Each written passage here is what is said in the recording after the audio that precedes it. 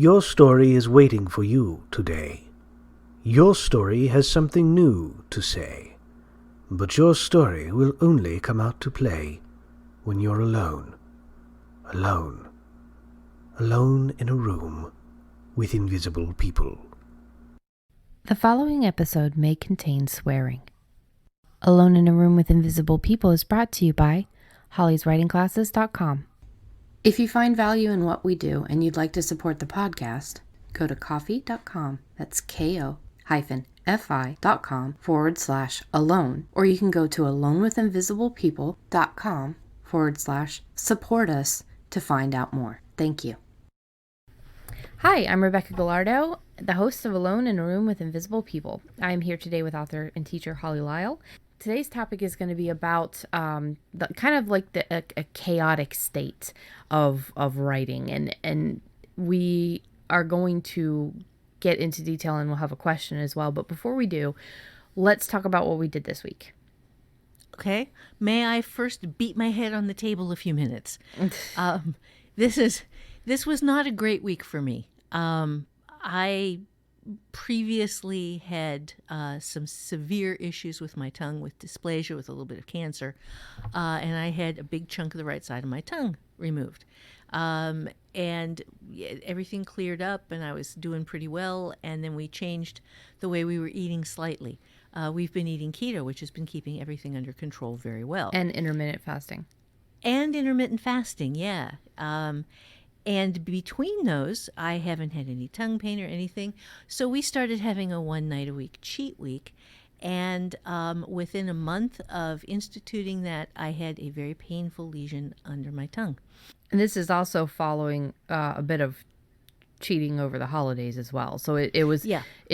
And this is kind of like a correlation causality kind of issue, but this is really, Holly has been very strict about everything, so the only thing that she's seeing going downhill was the eating, Yeah this is actually the only thing. And the thing is that this is a glucose fed disorder. The dysplasia is fed by glucose, and the cancer is fed by glucose. So if you don't have glucose in your bloodstream, which you don't if you eat keto, you starve it.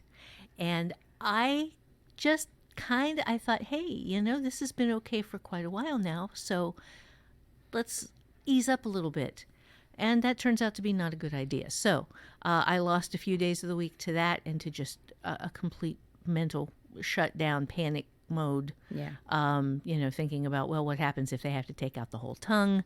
Things that you have to think about in this situation.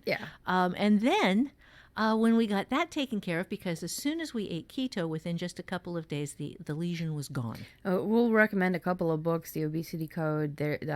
Dr. Fung also did a book on intermittent fasting, and then there's everything by Jason Fung. Yeah. So, but we're not going to get into. We don't want to make this a discussion about keto is right for everybody. Nothing like that. Right. This is not about the diet. This is just about Holly and what works for her. So yeah, and this was a big deal for me this week, because it ate most of my week. And then the day that I had that all taken care of and fixed and I was good, I got a few hours of writing done, and the next day the vertigo came back. And for a number of years, I had just a horrific time with vertigo. Decades. Did what? Decades.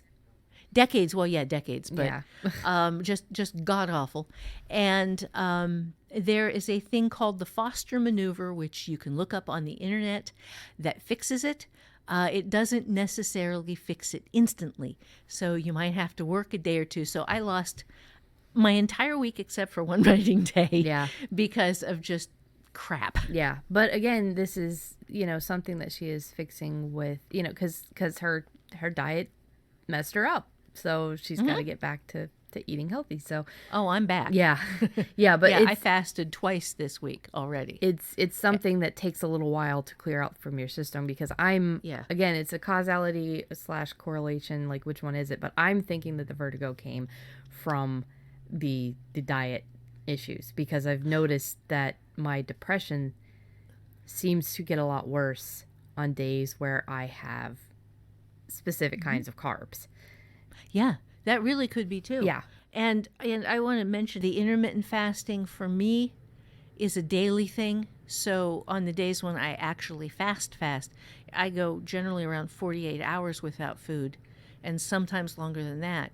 So we hit this pretty hardcore just because of the potential of bringing back the cancer. But yeah, moods and things change drastically when I start eating stuff with actual genuine carbohydrates in it. Yeah, like refined sugars or refined breads or anything like that. And again, we are not doctors. This is not medical advice. We do not want anybody to follow our advice. Always talk to a doctor and talk to your trusted doctor. Get second opinions. Again, this illegally we have to say, we are not doctors. We are not giving medical advice or dietary nutritional advice, none of that. Yeah, but it is looking up Dr. Jason Fung, who is a doctor and who is a specialist and who is dealing with this stuff for people who have horrible cases of adult onset diabetes, which he has cured, is really worth your time. Yeah, and it's not just for diabetes. It's look it up as far as PCOS and all these other hormonal issues, insulin resistance, that sort of thing. So anyway, getting away from any potential people getting mad that we're pushing anything on them, because I promise you we're not. We're just talking about our own personal choices. Yeah. My week was, funny enough, it was good. It's like the weeks where you had such phenomenal weeks, I was in this huge slump. Yeah. And I finally, I got over, because we didn't talk about what we did last week. I took Wednesday off completely out of everything. I lost a very good friend. She was my high school friend, and we kept in touch all the way until now. And I mean, we were in each other's lives daily for God, like a couple of years at a time. And then we would, just talk once a week, and then we would get back in each other's lives almost daily. And it was just a friendship that never went away. And every time we talked, it was as if no time had passed. So that really fucked me up. And I had already been going through a bit of a block with the writing, and I took an entire day off of everything. And I came back, and I just, like last week, I had 2 days of work, and I got 6 scenes done, including 2 brand new ones that both almost were at 1,000 words apiece. And then this week, I have gotten 7 scenes done. I haven't even worked today. Give that cat a treat, please. That was painfully cute. Yeah, so 7 new scenes, and this is actually 7 new scenes, or 7 revised scenes, but only one of them was new. That is my highlight. So that means that I have been able to pull out 6 freaking pages or 6 freaking scenes out of this huge ass pile that is now diminishing significantly. Oh, yes. Yeah. Yeah. Yeah, where you can actually see pages that you get to keep. Yeah, and my pile, the write-in pile, the pile that has already, been either they're new or there is a lot more white now to that pile, which if you have been following me on Instagram, you'll know that I use this orangey yellow color for the new scenes, and all of the white scenes are the original manuscript, the first draft. Mm-hmm. So I am seeing a whole lot of more revision pages, and it is really, really good news. I also was able to tackle some scenes that were difficult. Yeah, and these cats. I gotta build a damn studio, man. But I was able to tackle one particular scene that there was just something about it that was wrong. Every time I would come up against it and try to write something, I knew there was something wrong. And I realized that it was, and this actually made me feel really good. So the way I had written it originally was good, and that's a completely different cat. It was good, and it wasn't horrible. And it kind of hinted to the reader that there was more going on than what they knew, but it's more than I wanted the reader to get. Mm-hmm. So I took it back from even giving them just a small amount to giving them even less. And just by changing part of who is in the scene.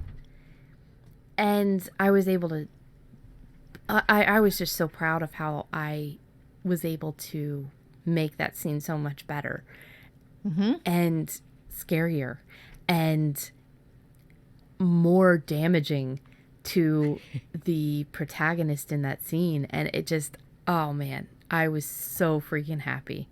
So I am floored. I am ready to just hit the ground running today. I have nothing else pretty much but Duolingo scheduled and this. So I'm trying to learn Italian, and I've done a little bit of that today. I'll do more tonight, but the only other thing I want to do today is just revisions.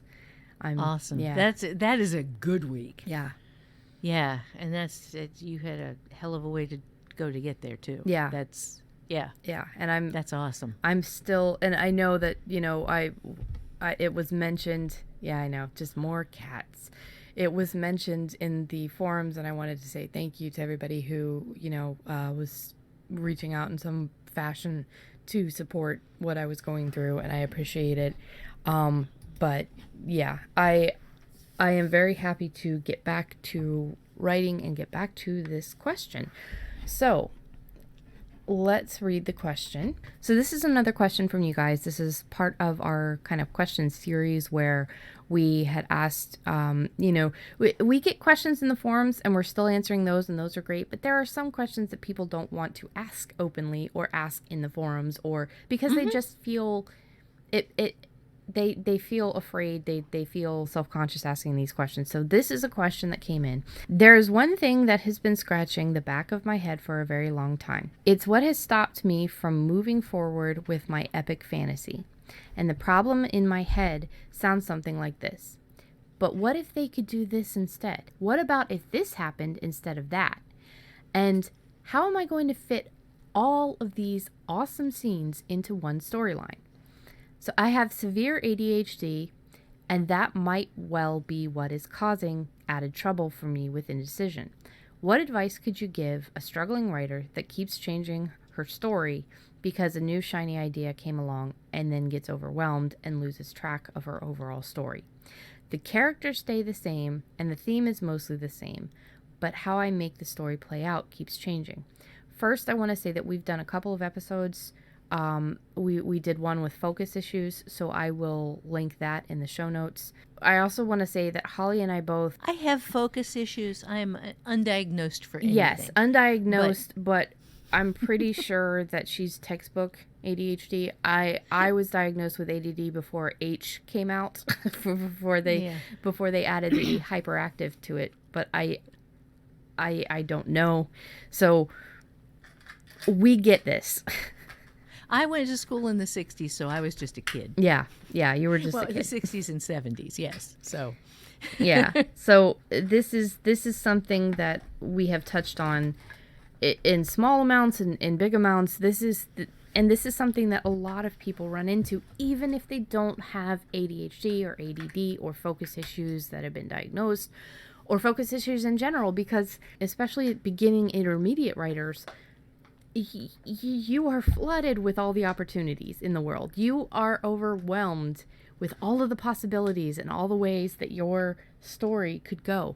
So yeah, you're just basically overwhelmed with all of the possibilities, and you don't have to have ADHD, but it doesn't help. It doesn't. Okay, but let's look at this. Every story is an infinite number of possibilities from which you have to pick the best ones. Part of this is coming up with some best ones as you start. Part of it is going to be selecting some better ones as you revise. Some of this is the process of having gone through the selection and the revision, and then doing a type-in in which you come up with the last of it. So there is not this one point where you have to have this right. But what you do need to do is make one straight shot through with each version so that you're not running off the rails every single time you go through. So We can kind of give an example of this. yeah. We can give an example of this where I did it right. And that's Dead Man's Party. The first draft of it, the ideas kept changing because that was a case. That was me demonstrating pantsing with a parachute, where you are coming up with ideas as you're going along. I was writing 1 hour a week. I wrote the novel in 30 hours and 30 weeks, or right around there. And each time I had, in the preceding week, come up with a slightly better idea for what I needed for the next scene. So the book at the end was very, very different than the book at the beginning. The entire world had changed. The characters had changed significantly. And it was a very good example of a pantsed novel that ended where it needed to end. I mean, the ending for it was perfect. Yeah. The beginning was completely wrong, and the stuff in the middle got progressively better. If you are a pantser, this is a good way to do it, with the understanding that revision is going to be a bitch. Because at least for the first half, you are going to be rethinking every single scene, checking your world, checking your characters, finding out all the places where you went wrong, and there will be a lot of them. But with the really happy thought that the closer you get to the end, the closer you're probably going to get to having very few changes at all. Yeah. Yeah. Yeah. So, where are you coming from on this? I ran into that with the second book set in Wanda Lucia, the one that is Brock and Angie, that I have not edited or have not revised. And the antagonist kept switching between three characters. So I kept adding little things. So it was like, okay, well, what if this happens? So I would change it, and then I would think, okay, well, actually this one's better. So I would change it back, and then I would think, no, wait, the other way that I came up with before is better. So in the book, I kept changing over and over and over again, and it would write as this one or write as that one. And the ending I got was really good, but it just makes the revision, it means I'm going to have to go back. It's more work, but I did get the best ending by kind of allowing myself to run through different ways of doing things.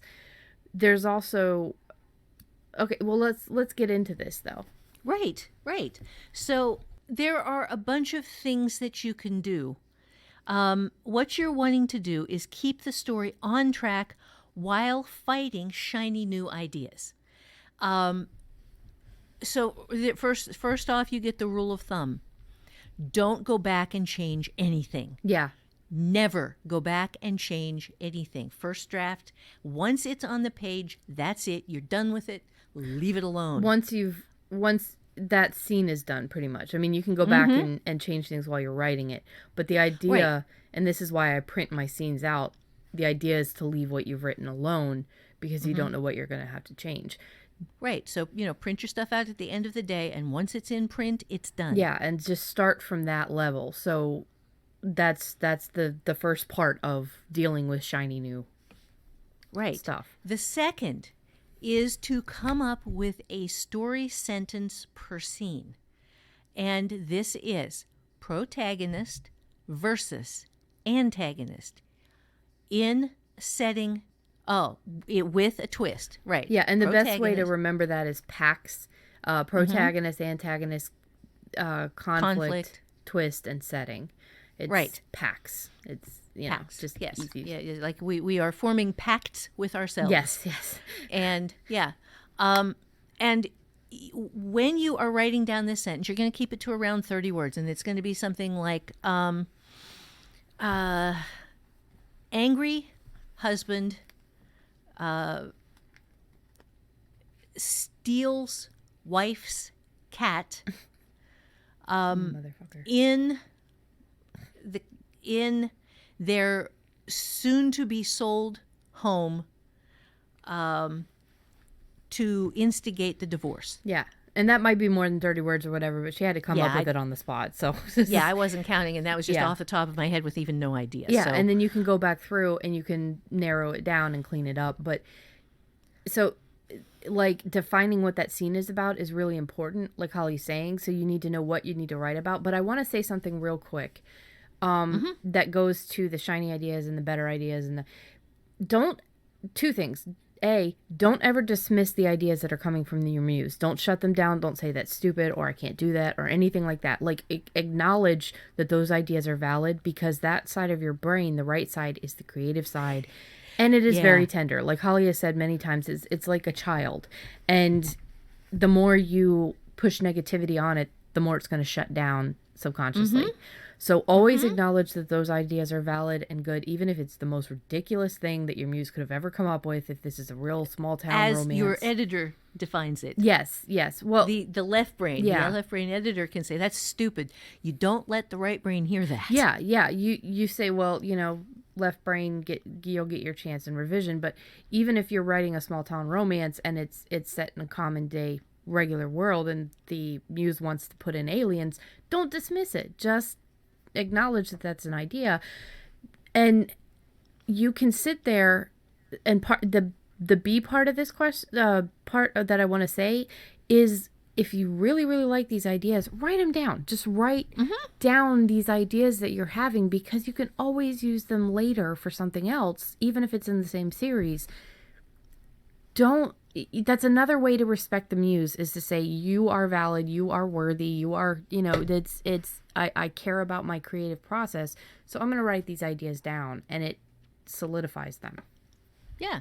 And to have a notebook sitting beside you on the desk that allows you to have a place to put these ideas and keep them, and to show respect for the idea in that fashion by saying, okay, it isn't right for what I'm trying to do right now, but it's going to go in this notebook, and I am going to go back and consider using it later for either this story later in the story or for another story later. Yeah. But I have to let it go now, because this idea right now is distracting me from the scene I need to write right now. Yeah. Yeah. So you don't lose anything. Exactly. So there's the two different ways to handle it. Is Holly's way, or, well, anybody's way, it depends on how valid the idea is too, is to change the story right where you are and act as if the rest of the story has been written to fit that change, and then move forward. Or this other way, to write down the idea because you're just not sure enough if that's going to be better. So then you would write it down and then continue back into the scene with the packs.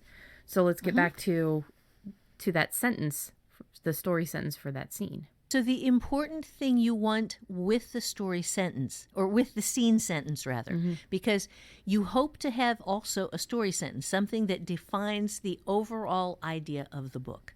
The conflict, again, protagonist, antagonist, conflict, setting, and twist. You want all 5 of them in one sentence, 30 words, and you want it to just define the basic story of the book. Yeah. But then you want to go in and you want to say, okay, well, within this, within my my scene sentence, what do I want the big change? What do I want to see really happen?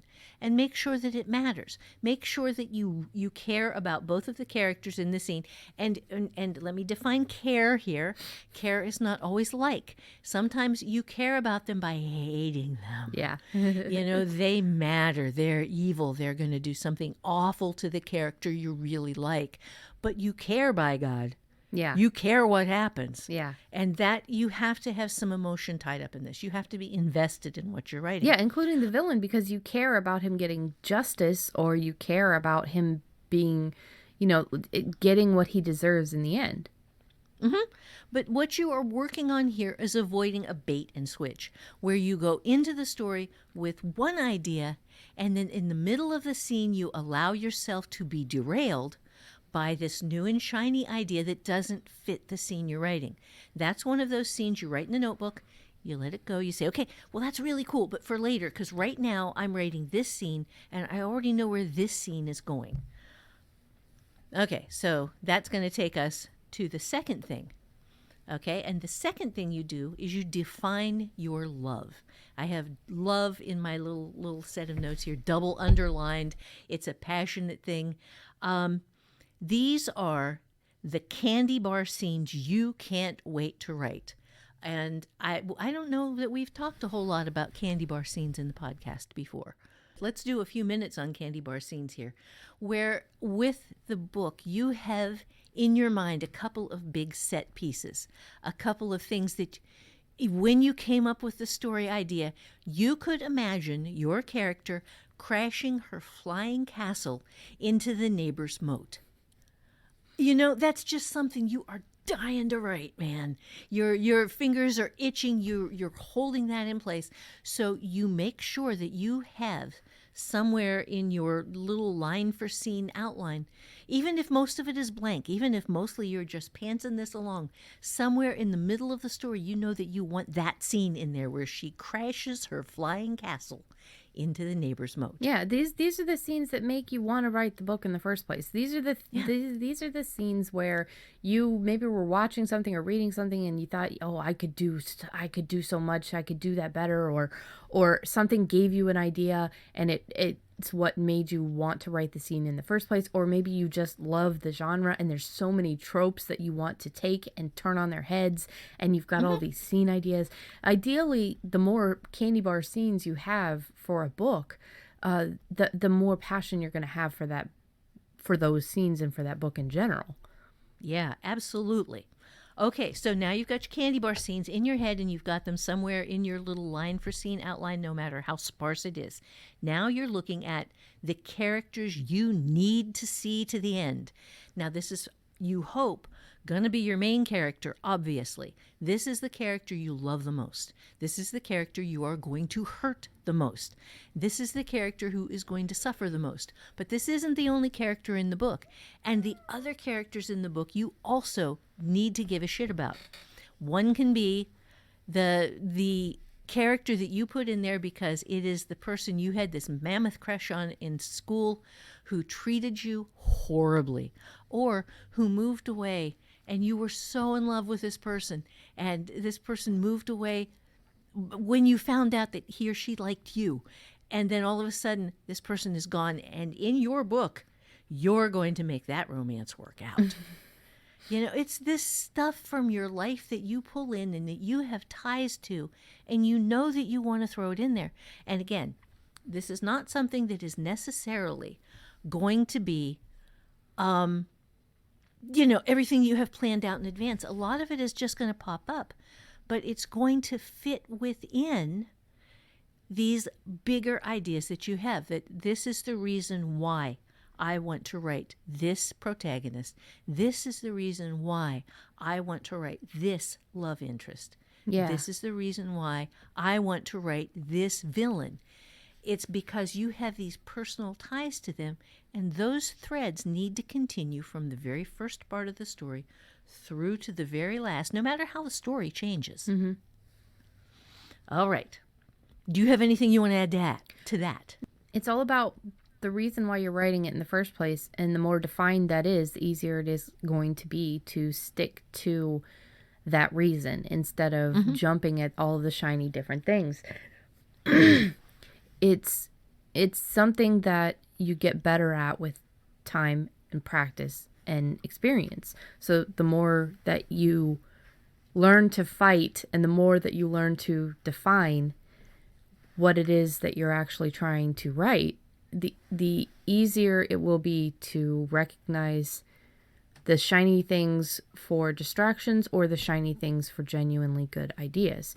And it sucks. Absolutely. Yeah, it sucks to say that, time and experience is going to make this easier, because there's only one way to get time and experience to put the time in. Yeah, it's to put the time in, but it's also to finish the stuff you start. Yeah, absolutely. Because you are going to go off the rails a lot when you get started. Mm-hmm. But the more you finish and then revise, cannot stress that highly enough, the more you finish in first draft, and then after it has finished and after it has cooled, you go through and revise it, the more you will learn how to keep the parts of the story that matter to you in the story and not have them get frittered away by the shiny new idea. It also shows that you have the ability to, once that's done, start on another idea. It shows that you don't have to put everything in the kitchen sink and 2 kitchen sinks and to the one story.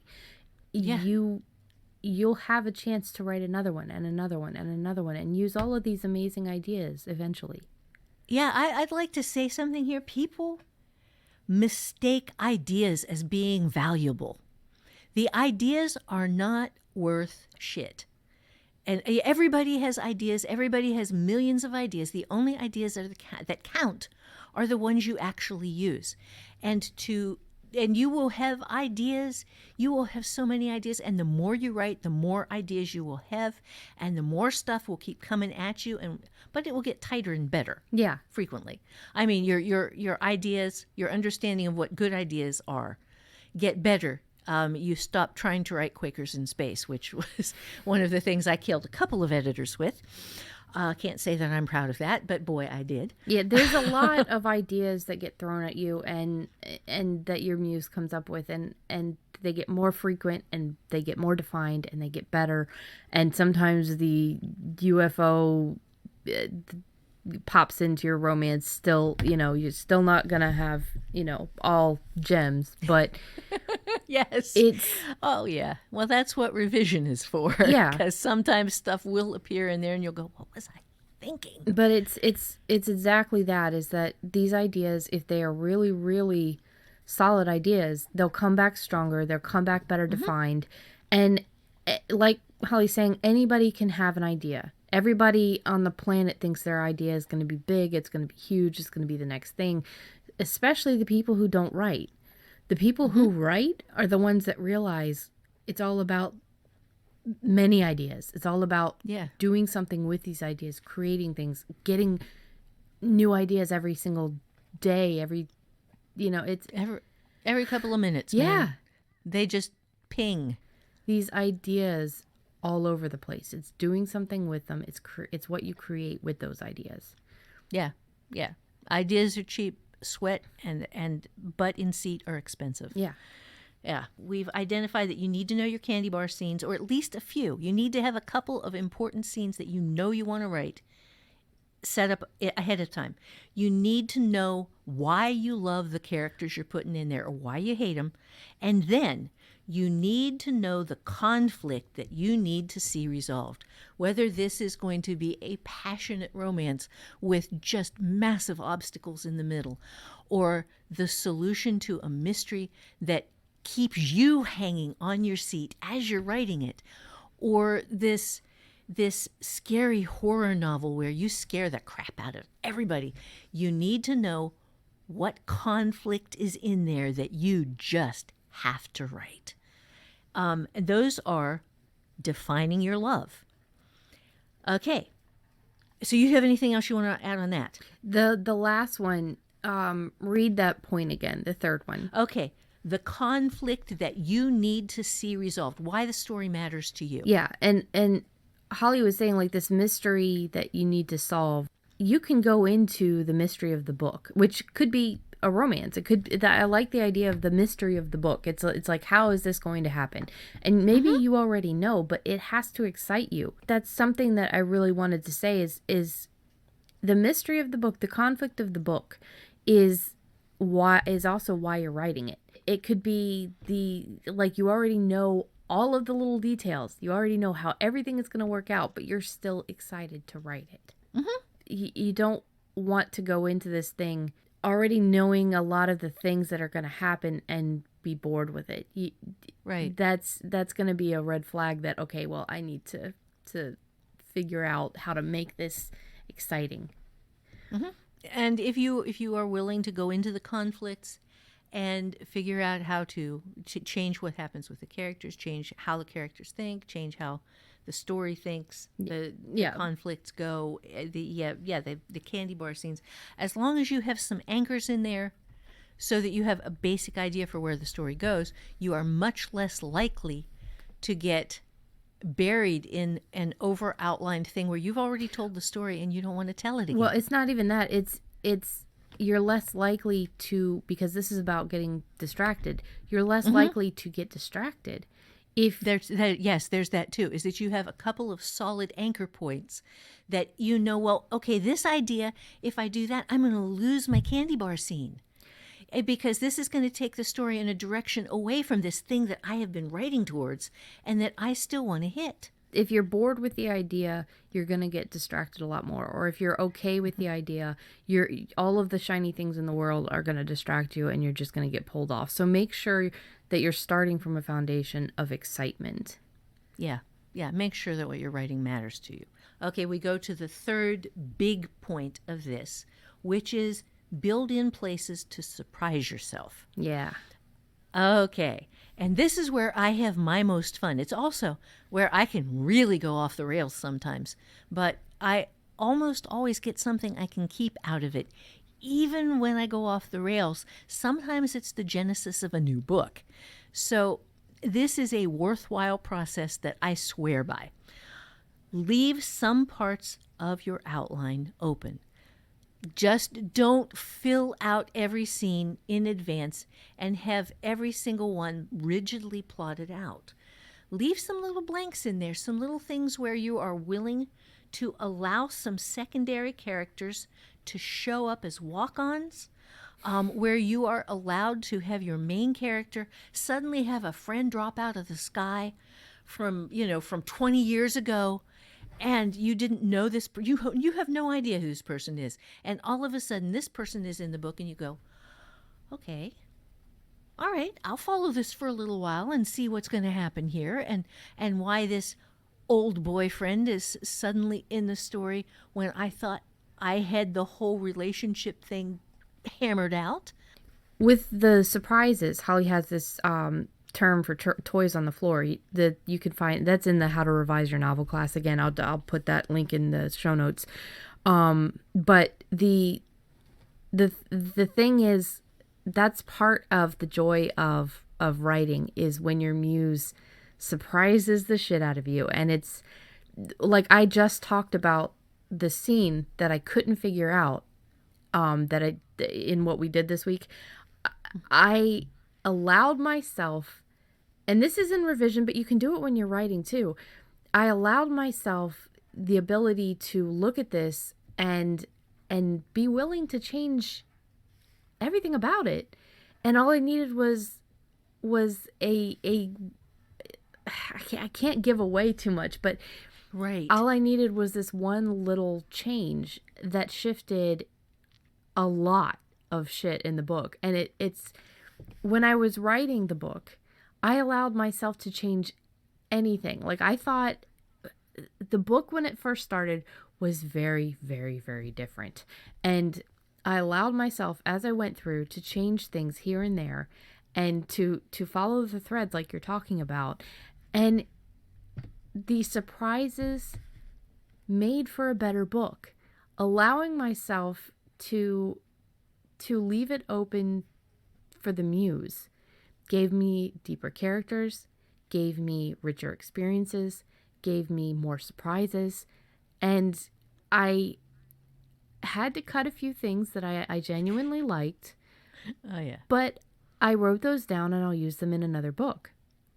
I am going with what I have here because if you streamline something and you don't put all of the little things and all of the little, and you don't cling to something and say, no, God damn it, I like that, I want it in this book even though it doesn't fit, then you preserve that moment for another book, and you preserve the integrity of this book or story. Yeah, that is very well said. So then the third part of this, of building in places to surprise yourself, you leave some parts of your outline open. You allow some secondary characters their own places to come in as walk-ons. And then you don't plan second story endings.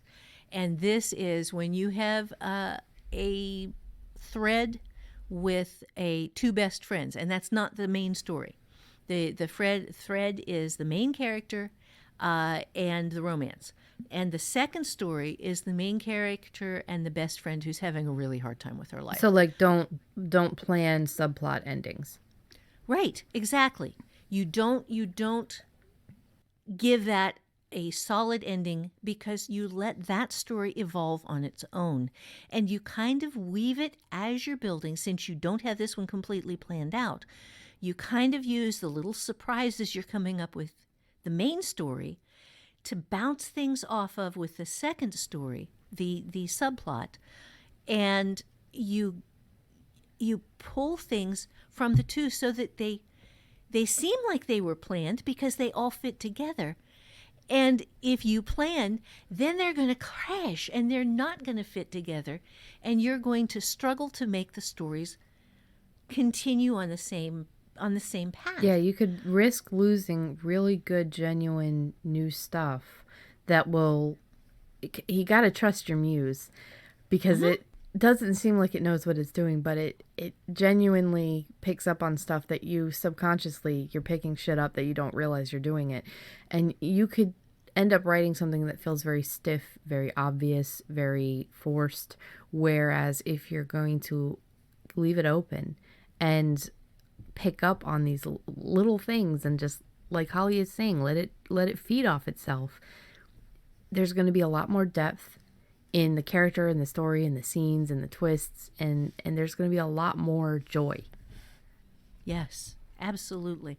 I'm going to drop back to my Dead Man's Party example, because as if you have been following the podcast, you know that this is a book that I abandoned halfway through the revision because I discovered that I was not the right person to write it. I got the right ending in the first draft. This was a pantsed with a parachute novel, so I was way off on the beginning. I found myself in the right spot by the time I hit the midpoint. But in doing so, I discovered that the villain was not a villain that I was willing to write. This was not something that I was willing to be that person and put that guy on the stage. It was just way too dark for me. But I nailed the ending because of following these things that I outlined here, by allowing myself to follow the changes. I got a great ending for the damn book. It's just not going to be, the middle is not something I can write. Yeah. So, and there will be some times when that happens too. Nobody keeps everything they write. There are a lot of times when you run something up the flagpole and give it a shot to see who salutes, and you discover it's not going to be you. I have a lot of unfinished or first draft but no revisions novels on my hard drive. Yeah. But I have a lot more that I've actually finished. Just because you can doesn't mean you should. Yeah. Yes, exactly. Yeah. So was there another part to this, or is that... No. Okay, so we're at the takeaway then. We are at the takeaway. Okay, so before we get to the takeaway, I just want to remind you guys that you can follow us on the socials. That is Alone in a Room with Invisible People on Facebook, at AIARWIP on Twitter, at Alone with Invisible People on Instagram, and alonewithinvisiblepeople.com is our website. And this is, you think after almost 90 episodes, I'd get this shit right, but it's just so weird. If you would like to support the podcast, you can share, you can subscribe, you can like our episodes on different podcast apps. You can come into the forums, be a part of the community. That's hollyswritingclasses.com. You get a free flash fiction that doesn't suck course. That is a 3-week course.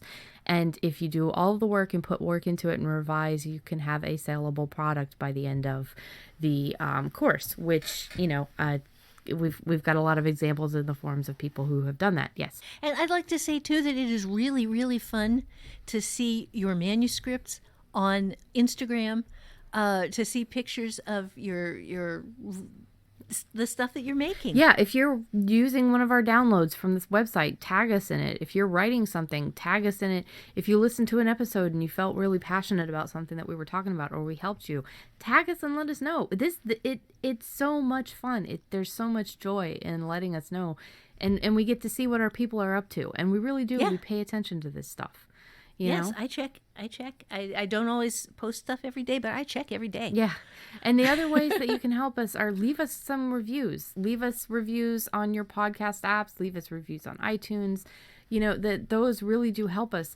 The recommendations on Facebook, if you guys go to our Facebook page, Alone with Invisible People, or Alone in a Room with Invisible People on Facebook, you can recommend us to other writers on our page.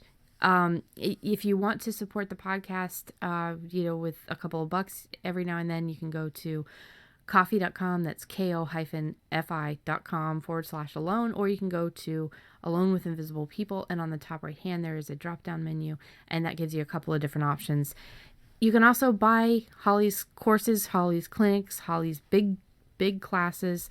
If you buy through the affiliate links on our website, alonewithinvisiblepeople.com, then it doesn't cost you any extra, and the podcast is financially supported a little bit with each purchase, even at the $10 range. And if you're interested in becoming an affiliate and you have taken Holly's classes, Holly offers that as well. So if you've taken some of her classes and you found help in them, become an affiliate, and then you can earn money as well. So yeah, I just wanted to mention that because I'm not the only one who is an affiliate.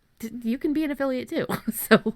So yeah, join us. The best way to join us, to join the community, drop in, create an account, get some free courses, say hello, join the forums, and kind of, you can lurk a little bit and read what other people are writing and get comfortable, but come in and say hi. Tell us what you're doing, ask us some questions.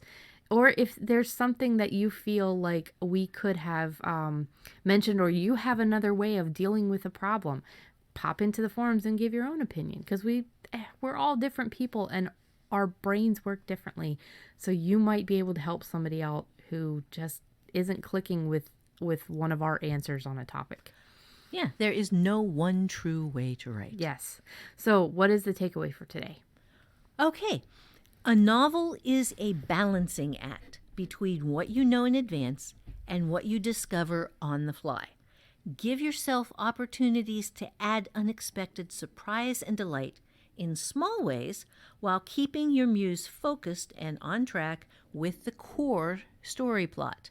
They're your core characters, your core conflict, and then the places where you have all of this room where you can just play around a little and be surprised and excited and fall in love. Yeah. So if you still have any questions on this topic, if there's something that is a little bit more defined that you need help with, again, find this podcast episode thread in our Alone with Invisible People forum on hollyswritingclasses.com and kind of define your question a little bit further than this. If we've managed to help you, that's great. If you have had this problem and you have a different way of keeping track of those ideas or something like that, put your solution into the forums, because it might help somebody else. So yes, absolutely. We love you guys. Doing this podcast is so much fun. I can't wait to do another one next week, and we will see you in the forums. Holly? Absolutely remember that there is no one true way to do this, but that you can do this. Seriously. So do it.